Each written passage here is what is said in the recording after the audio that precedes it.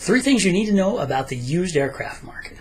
Hello, Jake Huling here with Aircraft Sales Advisor. I'd like to welcome you to the 7th video report in this new series called 9 Steps to Successful Sale or Purchase of Your Plane. In the last report, we covered budgets, realistic expectations, and the 3 most common mistakes sellers and buyers make in that area. In addition to that, we talked about the importance of keeping your eye on the trade difference when you are both selling and buying a plane. And I explained to you what in the world a build plane was.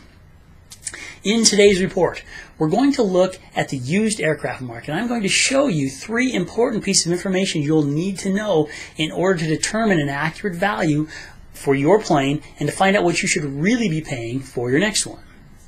So let's just get right down to it. First, let's start by taking a look at advertised aircraft, because this is really where most people start their search. These are planes that anyone can find because they're advertised on many of the popular listing sites. These are the same aircraft listing sites we talked about and covered in the last report when we went over and took a look at some of the more common mistakes buyers and sellers make when they're looking at planes on these particular sites. Now, the planes you find on these sites are listed by both brokers and owners, and there's a few things that we can learn from the information that's available to us, again, on these sites. The first thing we can do is to get an idea of how many planes are for sale in a particular fleet, like a King Air B200, for example. Then we can narrow down the range of planes by narrowing down the range of years. So if you're looking at buying or selling a 2005 model, you should look at the planes 1 year above and 1 year below that target to see what kind of selection there is and how much competition you have. And let me give you just a real quick word about competition. If you're buying, competition is a good thing because you have a lot of choices and a better chance at negotiating a lower price. However, if you're selling, a lot of competition means, well, you have a lot of competition. And you're going to have to really make sure your plane stands out from all the others in order to get it noticed. It's also important when there's a lot of competition that you highlight and sell your plane based on key features and quality, so that you don't get caught up in a price war. You don't want to get involved in an argument about whose plane is cheaper. But here's the thing. You have to know why your plane is better and also why the competition's is not. You have to know what the market is, and that's what this is all about. You can't just say, my plane is the best one out there, or it still looks wonderful, or is in great condition, because we always do whatever is required for maintenance.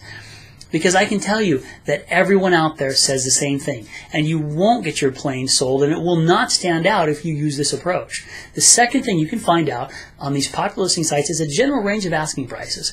Now, it's important to remember, and we covered this in the last report, the asking prices that you see are almost never what the market will actually support or what the owners would even really take for a sell price on their planes. In order to find out what the owners would actually sell their planes for, you need to start calling every broker and owner on your list. And if you're going to sell or buy on your own, this is where the real work begins. You have to find out what the owners will really take for their planes, and if you can, what offers, if any, they've received and turned down. This is needed in order to start understanding what's going on in the market for a particular fleet that you're interested in. And I can tell you, a lot of people don't like this part, and I can understand why. It takes a lot of time, and it's honestly not that much fun. In addition to that, you need to be a good negotiator, because this is a critical piece of the information you need to gather in order to establish an accurate value for your plane and find out what you should really be paying for your next one. Now, let's take a look at unlisted and off-market planes. These 2 types of planes will affect you when you are both selling and buying. And the reason you don't want to ignore these type of planes is because they're not known to the general public. Why is that important? Well, if you're selling, it's important because these planes are part of your competition. If a potential buyer has a broker and that broker is doing a good job, they will provide them with a list of off-market and unadvertised planes. In fact, a good broker will check with all of the owners in a particular fleet within the range of years the buyer is interested in, who don't have their plane listed as for sale, to see if they can find an owner or owners who would work directly with them and sell their plane off-market. This could also be one of the reasons you're not selling your plane. Because even if your plane is priced well compared to the other listed planes, you might be losing out on the off-market planes and the competition you didn't even know you had. And if you're buying, the reason unlisted and off-market planes are important to you is for exactly the same reason. If you have the option to work with an off-market plane when buying, you or your broker get to work directly with the owner instead of through an additional broker. And as we talked about, In the last report, that can make the process faster, less expensive, and give you a better selection. I often find the best planes to be off-market planes. And I think you would agree, saving money, time, and getting a better selection in order to get you the best plane available are all very good things. The third and final piece of important information on our list today is recently sold plane prices. This is a tough one because you need to know what planes recently sold that were similar to yours or the one you're wanting to buy in range of years, total time and equipment, and you also need to know who bought and sold the planes. You need to contact one or both sides of each sale to see if they will share with you what the sale or purchase price of that particular plane was.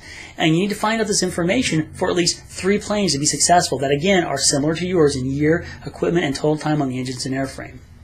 And if you haven't been tracking the market, it could be very difficult to gather this contact information. You may need to work with a broker, at least on a limited basis, to gather this information.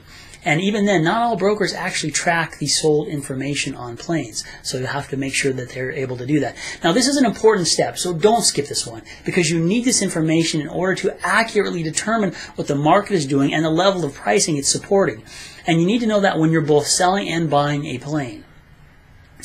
And lastly, let me leave you with this. Gathering together all 3 pieces of information can be a real pain, I know, but the return on this investment is worth it.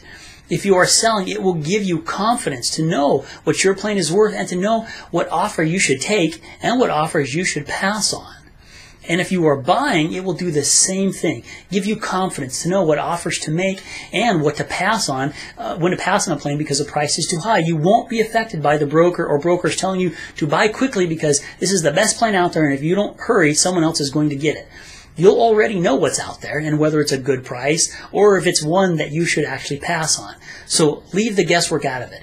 Make the commitment and take the time to gather this important information. And hear me on this part. If you don't have the time to make this commitment or don't like the idea of making all the calls or you aren't good at negotiating, find a broker who is honest, has the information you will need or can get it, and who you can work with. Because the truth is some people just don't get along, and you really, really need to work together as a team on this in order to have a complete success.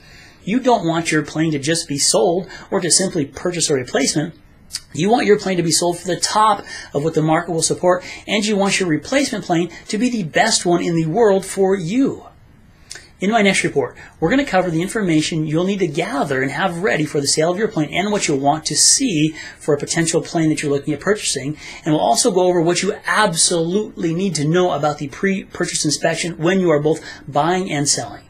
So that's it for this report. Thank you so much for joining me on the 7th step in my newest series of reports called 9 Steps to Successful Sale or Purchase of Your Plane. This is Jake Huling with Aircraft Sales Advisor, and I do look forward to seeing you on the next one.